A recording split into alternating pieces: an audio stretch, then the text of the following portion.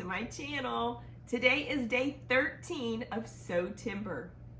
Now by now you know that I really do like to create extra accents to place within our projects to elevate that visual effect of what we're creating. And today we will create piping on our sewing machines.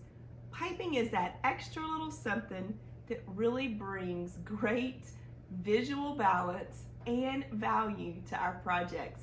Let's create some piping on the sewing machine. When creating piping, you want to consider how you need to cut your fabric out first. Especially if you are creating piping that will go around curves, you need to make sure that your fabric is cut on the bias. And you'll notice as I give this fabric piece that I've cut on the bias, the little pull, it has stretch to it.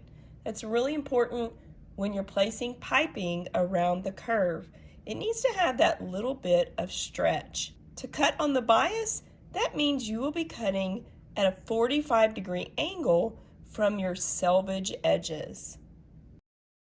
When creating piping on our sewing machines, we'll be using our zipper foot. I have a piece of cord and I have my strip of fabric. We'll place our cording within our fabric on the wrong side of the fabric. I like to start with my cording a bit longer when I begin. As we place that cording in the center, we'll fold over our fabric so that it's wrong sides together, and you'll want to align those outer cut edges. If you would like to, you could pin your fabric together. Once that's done, we'll slip it up underneath our presser foot and lower our presser foot. You'll want to adjust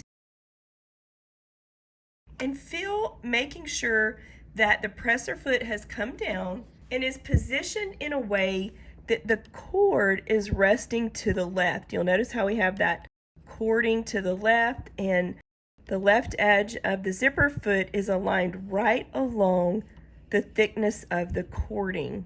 And as we begin to stitch, the straight stitch, we'll be using a straight stitch, we'll sew forward to create our piping. There's a couple of other thoughts we can think about. If we want to move our needle a little closer to the piping or a little further away, that's an option as well. Typically when I'm creating piping on my sewing machine, I like to allow the needle to rest just to the right of the cording. And then when I apply it within a garment, I'll reposition the needle a little bit closer to the piping that we've created by encasing the cording within our fabric. I'll scoot my needle over just a little bit. We'll sew all the way down our fabric, encasing our cording to create our piping. When you're creating piping on your sewing machine, take your time to make sure that as you're stitching forward, that your piping stays and is positioned accurately.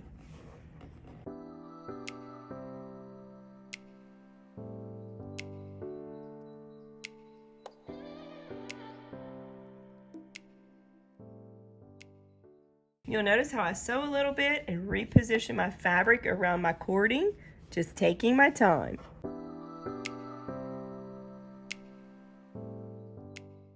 Also, I have my machine set to the needle down position. That helps keep it controlled as well.